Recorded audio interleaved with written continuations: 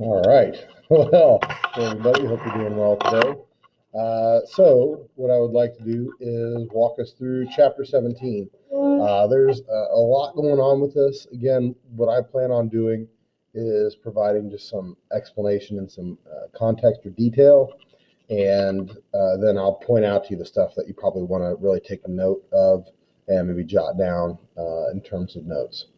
All right, so in chapter 16, we established the structure of DNA, that you have nucleotides arranged in chains or in opposite directions of one another, that you have the sugar or phosphate backbone on the outside, and that the code is in the order of the bases on the interior of the molecule. So when you separate those two strands, what it does is allow instructions for the production of proteins. And proteins are important because proteins are the connection between an organism's genotype, the genes that it inherits, and then its phenotype or its physical characteristics. So I would maybe jot that idea down, that proteins are the connection. We inherit certain genes, and then when those genes are expressed, then that means that you use the information to create something, some product. And it's usually a protein that, again, influences traits. One other thing that's significant about this code is that we find that it's virtually universal among all organisms that we found. This is, again, an idea worth jotting down. Because of the universality of the genetic code, it suggests the common ancestry of all life, that all life is interconnected. And the cool feature about that is because the code is interconnected and because you use similar enzymes in different organisms to sort of express that code, using some biological machinery, what we can do is actually move genes between species. So here you can take a gene for phosphorescence from like a jellyfish and insert it into other organisms and make like glowing cats and glowing pigs and stuff like that. At the end of this unit, what we're actually going to do is create glowing bacteria. We're going to move genes from a jellyfish into some E. coli and make those glow in the dark. Okay? So don't worry about jotting this down. Again, this sort of gives context. People knew at some point that chromosomes were being passed on, but what within the chromosome was sort of influencing traits, people weren't quite sure. In the early 1900s, there was sort of this theoretical construct of a gene, and Girard thought that what was going on is that enzymes are sort of causing the chemical reactions of the body. And so that led to what was thought of as the one gene, one enzyme hypothesis, that there are instructions found on the chromosomes that influence the production of specific molecules, and then that those molecules carry out chemical reactions in the body. So that's a fairly good idea. That's a good intro into sort of what genes are about. Genes are instructions, and those instructions produce proteins, and then proteins build the body and run the body. All right, so the basic processes of gene expression involve transcription, translation. With transcription, you're converting the code from DNA into a disposable copy of messenger RNA. So if you want to jot down transcription, translation, that's great. But what I would encourage you to consider is the fact that DNA is sort of like permanent record of instructions, but RNAs are like disposable copies that you can take out and use, but then they get used up and destroyed pretty readily. So RNA is really just a temporary copy. Then translation is using that messenger RNA, using that temporary copy to produce whatever whatever protein is needed. Ribosomes are obviously the machines that do that. So you take the permanent instructions in the nucleus, you convert it to a disposable copy that goes to the cytosol, and then you use the machinery in the cytosol, the ribosomes, to assemble whatever it is you need, and then you can get rid of the copy so you don't overproduce, right? The body's all about being able to respond as is needed, but being able to maintain homeostasis. Okay, here's stuff that you do want to write down. Again, the College Board loves to compare and contrast prokaryotes and eukaryotes. The thing about prokaryotes is that transcription and translation are sort of continuous processes. As prokaryotes are transcribing their DNA into messenger RNA, they also immediately begin translating that messenger RNA into protein. So it's one continuous process. There is no editing that occurs in prokaryotic protein synthesis. They have their instructions, and then they make a protein.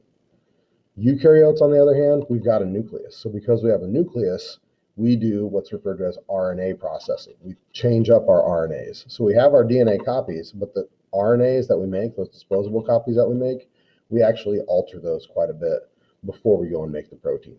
So what this RNA processing does for us, and again, this is sort of significant, it allows us to create some variation. Sexually reproducing organisms, think like humans, we may have a generation time of 20 years or more, right? So if you're going to have populations that need to have variation, we have to have other ways of sort of promoting some of that variation. So one thing that we can do is this RNA editing or RNA processing. All right, so this is sort of the general idea.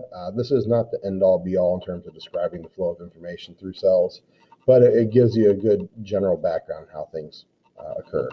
You have the code, the permanent code or instructions in DNA. You produce these copies of messenger RNA, and then ultimately you make these proteins that do work in the cell. And again, here's a visual comparison between transcription and translation. In prokaryotic cells, there's no nucleus, right? So transcription and translation are all one continuous process. For us, as eukaryotes, we have transcription happen in the nucleus, but then we do some editing to the RNA. See how it gets shorter, and it gets these little yellow bits added to it, and then translation happens out in the cytosol. So we'll talk about some of what happens later on here. Okay, so how do you read the code? Well, that was an early question. Once Watson and Crick sort of figured out that you have this code in the order of the bases, then the question became, well, how the heck do you read this thing? So it turns out that the codes are read in 3 base little words called codons, and you definitely do want to be familiar with the notion of codon. A codon is just 3 nucleotides or 3 nitrogenous bases, and then those dictate specific amino acids. There are 20 different amino acids that the body can incorporate or use, and those 20 amino acids are coded in the 3 base words or the codons. All right, okay. Here is an important idea. We're building we're reading this information in a 5' to 3' direction. So you always are going 5 to 3'. Let's see. And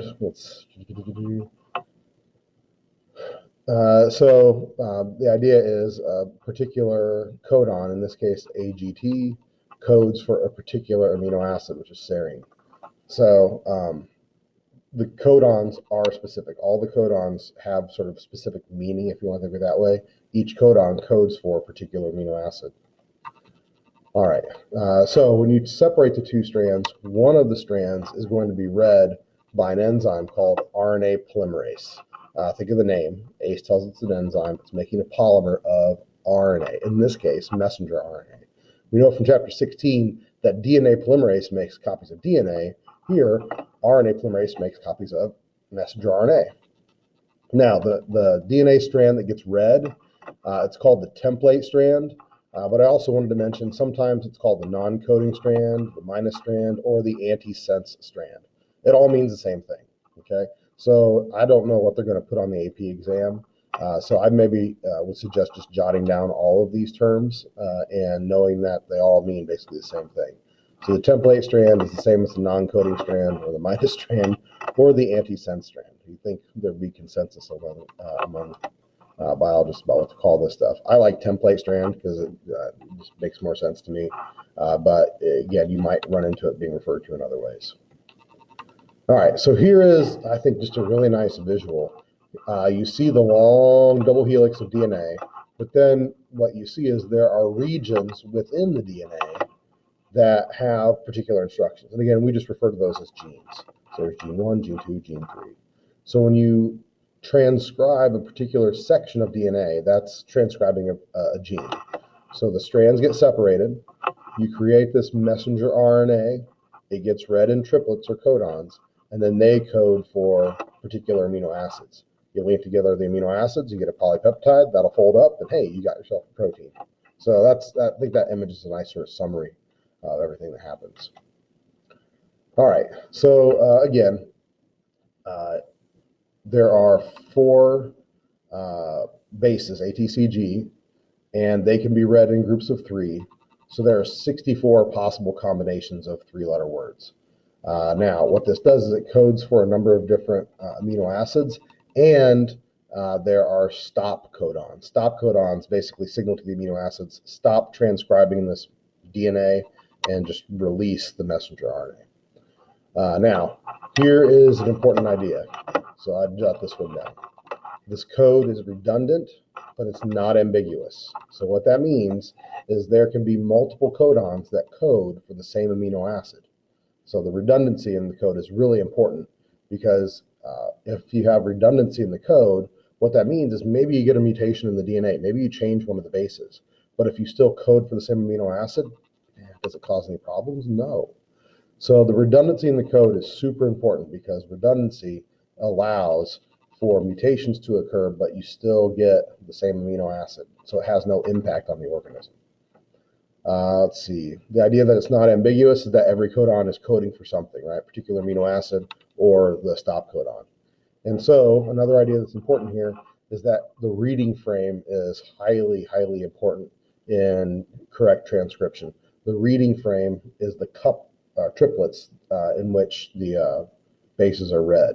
So having all your codons in order is really important to getting the correct amino acid. All right, so here is the table that's been used very frequently on the AP exam. So the way it gets read is your left-hand column is your first letter in the triplet. The top row is the second letter in the triplet. And then the right-hand column is the third letter in the triplet. So if we think about the codon AUG, so if you look for AUG on the chart, we go with A, and here's U, and we look, here's G. So AUG is methionine, which is the start codon. Every amino acid starts with a methionine. Let's see, if we look at CAC, so here's C, we'll go up to A, we'll go down to C, it's histidine. All right, let's try one more. Let's go CGA. There's C, there's G, and then ARG. We have the pirate amino acid, so arginine. Okay, so just make sure you can read that.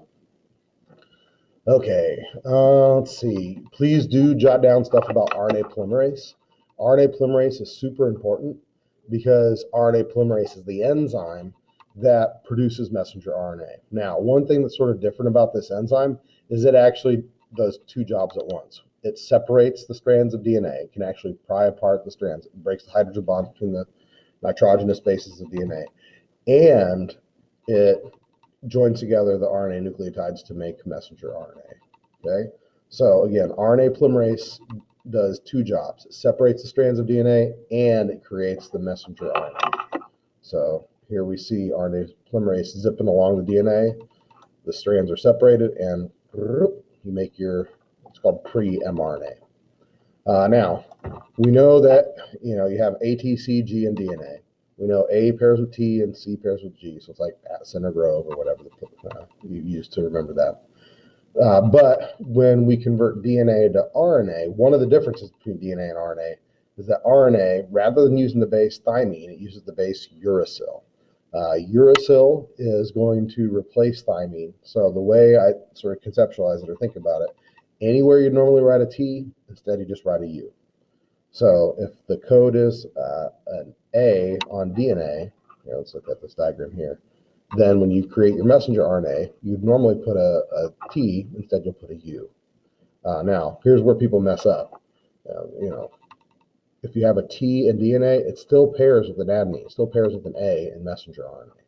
So again, the only time you write U is where you would normally write a T. So just sort of practice that a little bit and make sure you got that.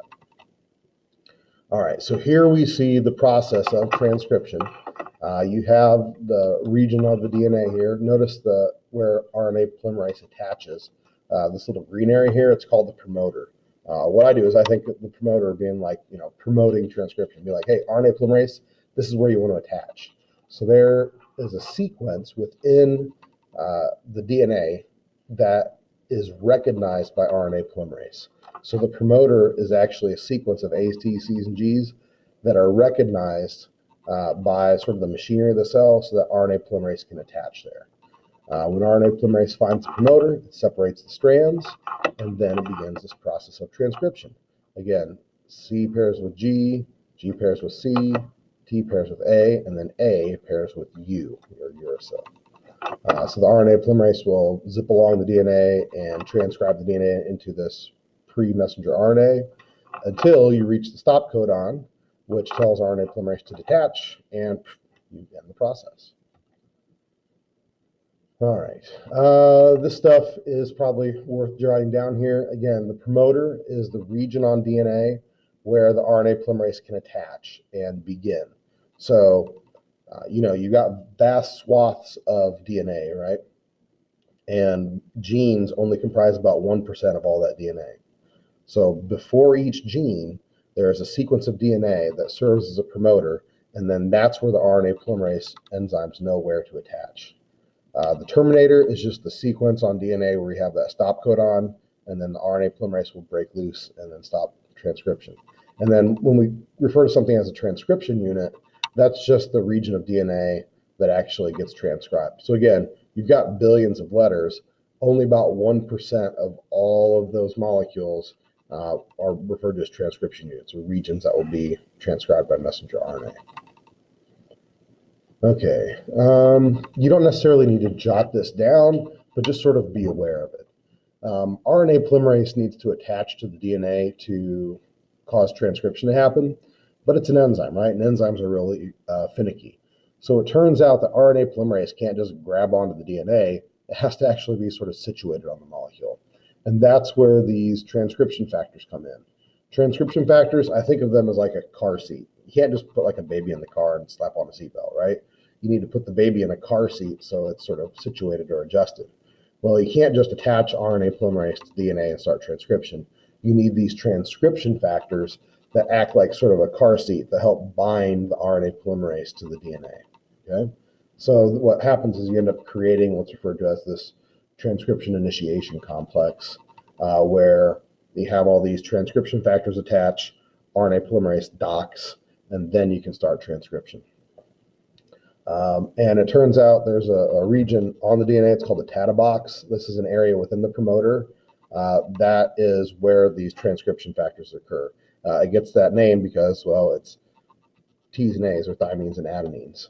So you can imagine the TATA box is something that is highly conserved in evolution. The TATA box is something that hasn't really changed over time, because if you have a mutation in the TATA box, is RNA polymerase going to dock there? No. And if that doesn't happen, well, then transcription doesn't happen. You basically silence the genes. So this is looking at the DNA. The DNA is this molecule that we see here. The promoter, the area where the RNA polymerase is attracted, that's in green. And if we look within the promoter, there's the TATA box. Now, the transcription factors are these proteins that attach to the TATA box. And then once you have these transcription factors in place, then RNA polymerase can get situated. So again, DNA is the code. The promoter is the region where RNA polymerase is going to come. Transcription factors are sort of like the car seat. And then RNA polymerase attaches, and then it can start its job. So you need a lot of pieces in place in order to get this stuff to work. All right, let's see. Now let's get into looking at what happens to messenger RNA. So this is what happens in eukaryotic cells. Again, we will convert the code from DNA into this pre-messenger RNA, but then what we do is we edit it quite a bit, okay? What I would encourage you to do is just be aware of this, and then we'll talk about the details and maybe jot some more things down. All right, so this is what we end up doing to our messenger RNA. You have the messenger RNA, which is in red, okay? We add what's called a poly A tail, which is actually just a bunch of adenines, so hence the name. There is this 5' cap, which is on the 5' end of the molecule. It's basically a modified guanine. Let's see, here is your start codon, here is your stop codon. So this is telling you where to start protein synthesis and where to stop protein synthesis. And then these areas here, the UTRs, are referred to as untranslated regions. So if you have all of this messenger RNA, it's really only a small segment of it that's used to make your polypeptide.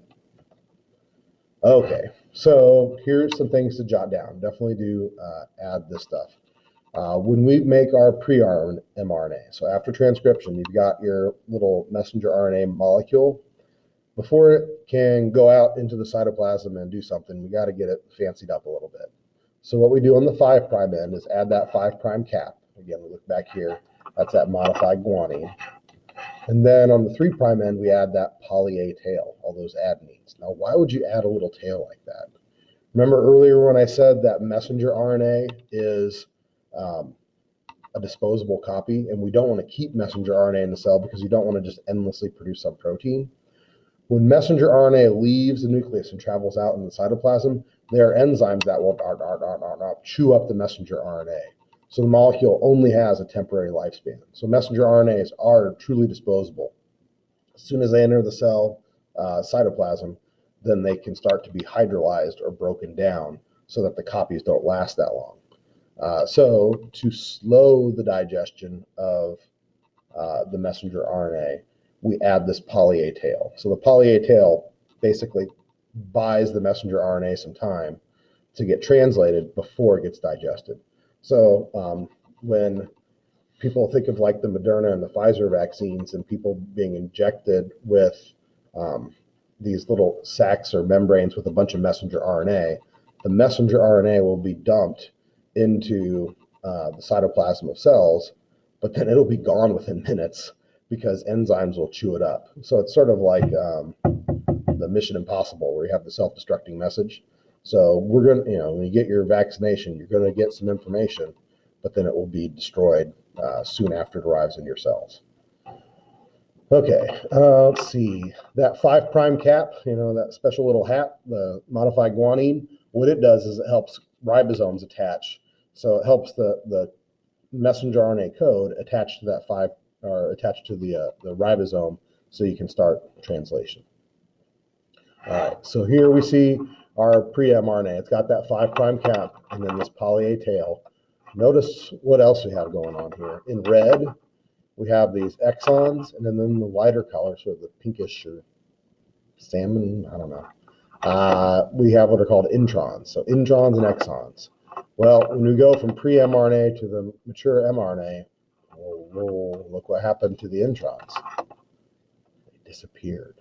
Okay, so another form of editing that occurs, and again, this is stuff I would jot down, is that when we are editing messenger RNA, in addition to the 5' cap and poly-A tail, we also remove regions of the messenger RNA called introns. So the way I remember this, I just think introns are going to stay in the nucleus, and then exons, they get stitched together, and then that's what leaves the nucleus. So I just think exons get expressed. So introns stay in the nucleus, they get cut out. Exons get stitched together, and then exons will exit the nucleus and be expressed. So this is a concept referred to as alternative RNA splicing. So what happens is when you cut out or when you create a pre-messenger RNA transcript, you remove certain sections of it and stitch together others. And then what that does is it creates these different versions of messenger RNA. Of course, we've got machinery for this. You don't need to write down spliceosomes or anything like that. But there is this combination of proteins and then these sort of nucleic acid / proteins molecules called SNRPs. And what they do is they grab the messenger RNA at certain spots because messenger RNA is single-stranded, right? Since messenger RNA is single-stranded, its bases are exposed. And since its bases are exposed, other molecules can grab that and attach onto it. So in this case, SNRPs can grab the messenger RNA and cut it at certain locations. So let's look at what goes on with that. So here is your pre-mRNA. Here are your SNRPs and these other proteins that form a spliceosome. The SNRPs grab the mRNA at certain locations, and then the spliceosome cuts out the intron and stitches together the exon. Okay, so that's the kind of editing that happens in the nucleus of eukaryotic cells. Now, these molecules that have RNA that can be used to sort of cut out molecules and change things, they're called ribozymes. And this is one that I think may be worth jotting down as well. Ribozymes are RNA, but because it's single-stranded and spaces are exposed, it can actually interact with other molecules. So ribozymes are RNAs that act as catalysts. They can actually catalyze reactions. And that's really a significant idea. You know, DNA is double-stranded, so it's fairly inert. You got to separate strands to get out the code. RNAs, since they're single-stranded, their bases are exposed, they can interact with all sorts of other molecules. And again, certain RNAs can act like enzymes. Now, because of that, that's why a lot of people think of it's called the RNA hypothesis, or the RNA world. The first molecule of heredity was very likely RNA, because RNA can store code, right? A's, U's, C's, and G's, but it can also catalyze reactions. So sort of the early proto-forms of life were probably RNA-based. So RNA was the first molecule of heredity, and then DNA evolved secondarily because it's more stable, okay?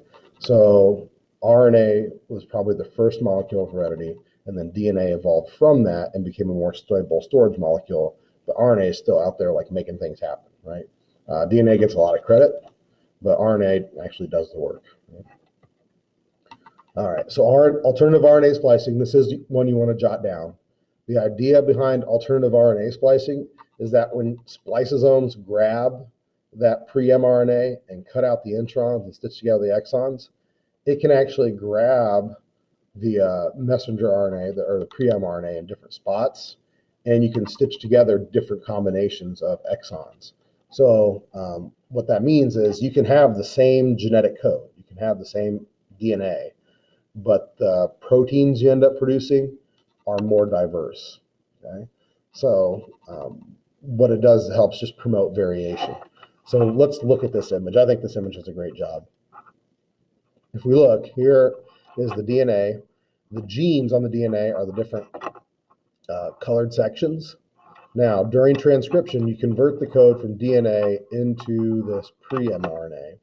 And then what happens during this alternative RNA splicing is you cut out the introns, the areas in white, and you stitch together the exons. When that happens, you can stitch together different combinations of exons. And then ultimately what that'll end up doing is creating slightly different versions of these proteins. So DNA is definitely the code, but what you end up making can be much more diverse than that. And again, it's because you can stitch together different exons. So that's a pretty cool idea.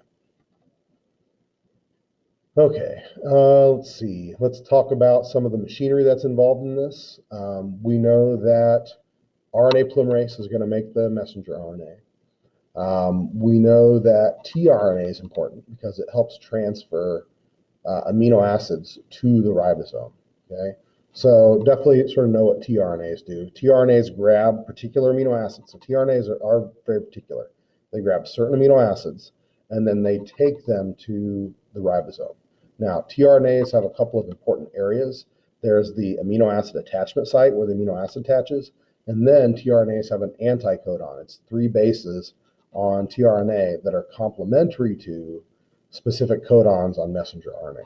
So we know the 3 base codes on messenger RNA are codons. The 3 base codes on tRNA are called anticodons. So let's look at an image, and I think this will help quite a bit. So here is a tRNA. They've sort of unwound it so you can sort of see the shape of the molecule. So here's your tRNA. Again, it's single-stranded because it's RNA, but look at what can happen. You can get some hydrogen bonding between these exposed bases. And what that does, it gives a 3-dimensional shape to the molecule. Now, there are 2 really important regions of the tRNA. It's the amino acid attachment site, and you notice how it has that sort of overhang there. So this is a part of the tRNA that's exposed. And again, that's single-stranded. So it will attach to very specific amino acids. So each tRNA attaches only to a certain amino acid. And then the other end of tRNA is the anticodon. These are 3 bases that will match up with a codon on messenger RNA. So this is sort of a visual of how that sort of works out. We have different tRNAs, and specific tRNAs will grab different amino acids. Amino acids are the little purple shapes that we see here. So a particular tRNA will grab a particular amino acid, and then the anticodons on tRNA match up with the codons on messenger RNA. So in that way, as the ribosome, the sort of brown structure that we see here, as the ribosome is sort of reading this sequence of codons, you bring in the right tRNA at the right time. So that way you get the right amino acid at the right time. You don't need to know any of this stuff in particular. It's just saying that there's an enzyme that actually attaches the tRNAs to the ribosomes. The idea of wobble here is sort of interesting. The last base is in the codon anticodon, that match is not necessarily as precise as it needs to be, it's not. There's some wiggle room there, which I think is how they get the name wobble. But the idea is, if these first two bases match up, then third base may not match exactly, but it's good to go. You get that amino acid anyway, and things end up being fine. That's the idea of wobble. You get a little bit of flexibility. All right, that's the tRNA synthetase. So you've got your amino acid. So you eat lunch, right? You digest your food. Amino acids travel through your blood into your cells, and the amino acids from your meals are floating around the cytoplasm, or in the cytosol, I should say. Then what will happen is the tRNA comes in, docks on this enzyme, and then you combine the amino acid with the tRNA. That gets released, and then the tRNA can carry that amino acid to the ribosome, and that stuff gets linked together. Okay. You do want to know that ribosomes are made of ribosomal RNA. Okay. Again, DNA is DNA. It's the instructions, but RNAs do the work. So tRNA is a type of RNA that grabs amino acids and carries it to the ribosome. Ribosomal RNA is a type of RNA that creates these little ribosomes to facilitate the dehydration synthesis reactions that join together amino acids. So again, RNA is doing the work, right? DNA gets the credit, RNA does the work. So there's tRNA, there's messenger RNA, and then there's ribosomal RNA. And all of these actually perform actions to help produce polypeptides and ultimately proteins. All right, so there we see sort of here are the small and large subunits. So the ribosome is actually two pieces. Usually people draw it as like a dot, but it has two pieces here. And there are these E, P, and A sites. You don't need to jot that down, but as we sort of walk through the process, we'll take a look at it. So the A site is where I think you accept the tRNA. So the tRNA docks in the A site. The P site is where you hold the polypeptide, so that's where the growing chain is. And then the E site, I think of it as the exit site. The tRNA, once it's given up its amino acid, it will leave through that site. Again, you don't need to know all these, but it just sort of helps you see the process occurring. All right. So this sort of helps us visualize what happens. You have the small subunit. The tRNA comes in. Hey, what do we know here? There's your start codon, AUG, with your methionine, and then the large subunit will attach, and then we're off and running. Okay.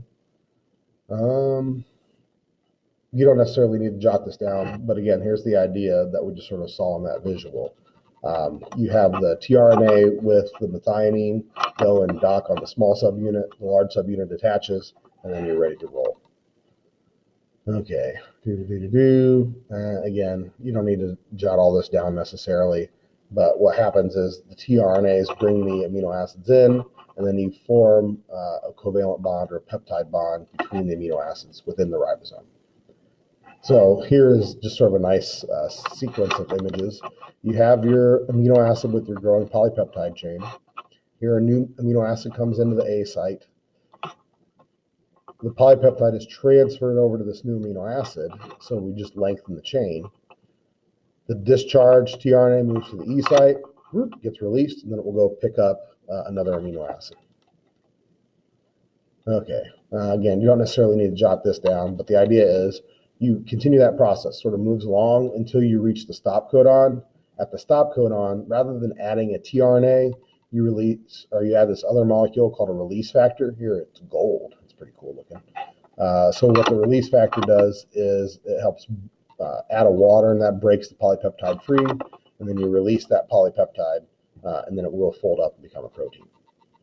Okay. This is something that I would jot down and be familiar with. When we sort of learn this stuff, we think of, a ribosome and some messenger RNA, and you make a polypeptide. In reality, what can happen is you can have one messenger RNA. Here, the messenger RNA is sort of in pink, and you can have multiple polypeptides attached to it. When you have several polypeptides you can have several ribosomes attached to it. When you add several ribosomes, what that allows you to do is make a whole bunch of polypeptides all at once, okay? So you can crank out a lot of protein really quickly when needed, because you can have multiple ribosomes attached to the same mRNA. So here is an actual image of that. I think that's pretty cool. So you have the strand of messenger RNA, and then you have all these ribosomes, and they'll be producing those polypeptides that will fold up and become a protein. You don't need to jot this stuff down, but just recognize, okay, you create your polypeptide, but that's just another step in the process, right? Eventually, it'll have to fold up in a particular way to become an active protein. And then sometimes what you need are other enzymes to sort of make that happen. If you recall from like first semester, the Golgi has little pockets, and there are enzymes in those little pockets that modify the polypeptides, and then you get active proteins. Blah, blah, blah, blah, blah, blah, blah. That's what we already started talking about here. Here's just sort of a way to visualize how this is happening. So this is what would happen in a eukaryotic cell. You'd have your messenger RNA, there's the ribosome in brown, and then here's your polypeptide that is getting created. So what will happen here on the rough ER is the polypeptide will be produced, that's the purple chain here, the polypeptide will be produced inside the rough ER, and then that way it's sort of semi-isolated from the rest of the cell, and then it can fold up into that protein. And then what's cool is that can bubble off and then get shipped other places in the cell and be delivered to wherever it needs to go. I mean, the body is absolutely remarkable in its capacity to produce these very highly particular machines and then deliver them to the right location to do their jobs. That's awesome. Okay, 17.5, we definitely need to know your mutations. Okay, so make sure you jot this stuff down because this is the kind of stuff they put on the test. So a mutation is simply a change in DNA. You change something in the A's, T's, C's, and G's. With a point mutation, you're changing one base. So here, you look at this example, you have your wild type allele, and you get glutamic acid. But we have a mutation. You change one of the bases. You substitute one base for another, and then you get a valine. So you can take something that is charged or hydrophilic, swap with something that's hydrophobic, all of a sudden the protein will fold up differently, and then you'd have something like sickle cell disease. Okay, so that's the idea of a point mutation. You're going to substitute or swap out one base for another. So here we see it again. You have your wild type that produces the hemoglobin protein that folds up normally and carries oxygen. You get a certain amino acid, but if you change one of the bases, then you get a different base in the messenger RNA and ultimately get a different amino acid. Let's see. Now, you can get what's called a silent mutation. Here you see the wild type, you have glycine. Now, if you have this silent mutation, you might swap out one base for another, but remember how there's redundancy in the code? If you still get the same amino acid, that's not going to affect anything functionally, right? So with the silent mutation, there is a mutation. You change DNA, but you're still getting the same amino acid. So functionally, it's got no impact. Now, with a missense mutation, what happens is you swap out one base for another, so you get a substitution. But what that results in is getting a different amino acids. Rather than glycine, you get serine. So when that occurs, is it bad? Is it good? Does it have no effect? It really just depends, right? Does it alter the shape of the active site? Does it happen somewhere other than the active site? It's really, highly specific and sort of situation dependent. So a missense mutation means you have a mutation in the DNA and you get a different amino acid. It's not saying it's good or bad, it's just saying it's different. Now, nonsense mutation, that's always going to be bad. With a nonsense mutation, what happens is you get an early stop codon. So you have a mutation occur, you get an early stop codon. When that happens, you get a little truncated protein, so it doesn't have all the amino acids it's supposed to have. That's always non-functional. So nonsense mutations result in non-functioning proteins. That's going to be like your mutations that result in recessive alleles, right? Okay, frame shift mutations. A frame shift mutation is a biggie, so make sure you make note of frame shift mutations. Remember how the reading frame, so that was really important, like you read the right triplets? Well, if you insert a base or delete a base, that alters the reading frame. So if you alter the reading frame, it changes every amino acid after that point. So frame shift mutations are usually really problematic because what they do is they alter the order in which the triplets are read, and then you just either get what's called extensive missense, where you just have a lot of the wrong amino acids, or here you get nonsense, where it's an early stop codon and it's shortened. So frame shift mutations are usually pretty disastrous. So yeah, here's again a frame shift mutation, but you start getting a bunch of other amino acids with the wrong amino acids. Okay, this is an interesting one. Rather than inserting or deleting one base, what's happened is a particular 3-base deletion occurred. So if you're missing 3 bases, you may lose an amino acid, but is that going to be as disastrous as inserting or deleting 1 base, which changes the entire reading frame? Usually this isn't as big a deal. If you lose 3 bases and you lose a single amino acid, but all the other amino acids are the same, that may not be as problematic for a cell as inserting or deleting a single base, which would change the entire reading frame for the rest of the gene. All right, so here's just a sort of outline of these ideas. Again, with the substitution, you're swapping out 1 base for another. With the redundancy of the code, you may get the same amino acid, so that's not a big deal. That could lead to a silent mutation, right? If you get the same amino acid, functionally it's no problem, so it's a silent mutation. With a missense mutation, you get a different amino acid. Is it good? Is it bad? Is it, otherwise, tough to say. And then nonsense mutations, you get a stop codon, and because of that, non-functioning protein. Okay, so definitely know these types of mutations. Okay, again, we talked about insertions or deletions being really bad because it produces a frame shift. Imagine the letters in a sentence, and if you inserted or deleted a letter and then everything shifts over once, the statement would be nonsensical, right? So same thing with frame shift mutations. And mutagens, you don't necessarily need to jot things down for that. But the idea of a mutagen is that it's something that can alter DNA. So it could be chemicals, and chemicals can cause bonds to break or molecules to break. Physical agents, that could be radiation. Radiation is energy. Energy can break bonds. So like UV radiation can cause thymines to dimerize, or join together. What UV radiation can do to DNA in your skin is make the 2 thymines that are adjacent to one another in the DNA actually form covalent bonds with one another. And so if you have the thymines joined together rather than hydrogen bonding with their partners, then that can sort of prevent the reading of that section of the DNA and contribute to skin cancer. All right, so here's again an image of a polyribosome. Now, if we look at something like this, let me ask you, is this happening in a prokaryotic cell or a eukaryotic cell? Here's the DNA is in blue. You see RNA polymerase, a little white enzyme here. It makes the messenger RNA in red, and then here in brown are the ribosomes making the little purple polypeptides. So is this an image happening in a prokaryotic cell or a eukaryotic cell? All right, we don't see a nucleus.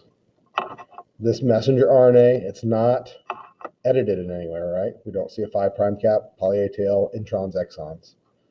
And if transcription and translation are all happening at the same time, we've got ourselves a prokaryotic cell. It's happening in bacteria. All right, so just sort of big picture, genes, we can think of them as different ways, right? A gene, we talked about it as a discrete unit of inheritance. So it's instructions that get passed on from parent to offspring. We can look at a gene as a region on DNA that codes for a particular amino acid. But we know that you don't always produce proteins. Sometimes you can just produce RNAs and they do work, right?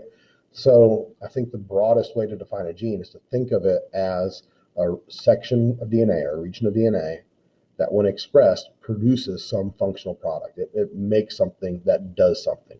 Usually that's a protein, right? But it could be an RNA that does some work as well. So a gene is a region on DNA that makes something that does something. All right, and this is an image from the end of chapter 17, sort of ties it all together. What I would recommend is just sort of walking yourself through the image and explain what's going on. If you can explain everything that's happening, you've got chapter 17. All right. As you work through stuff, if you have any questions, let me know. Otherwise, hey, hope you have a great day and take care of yourselves.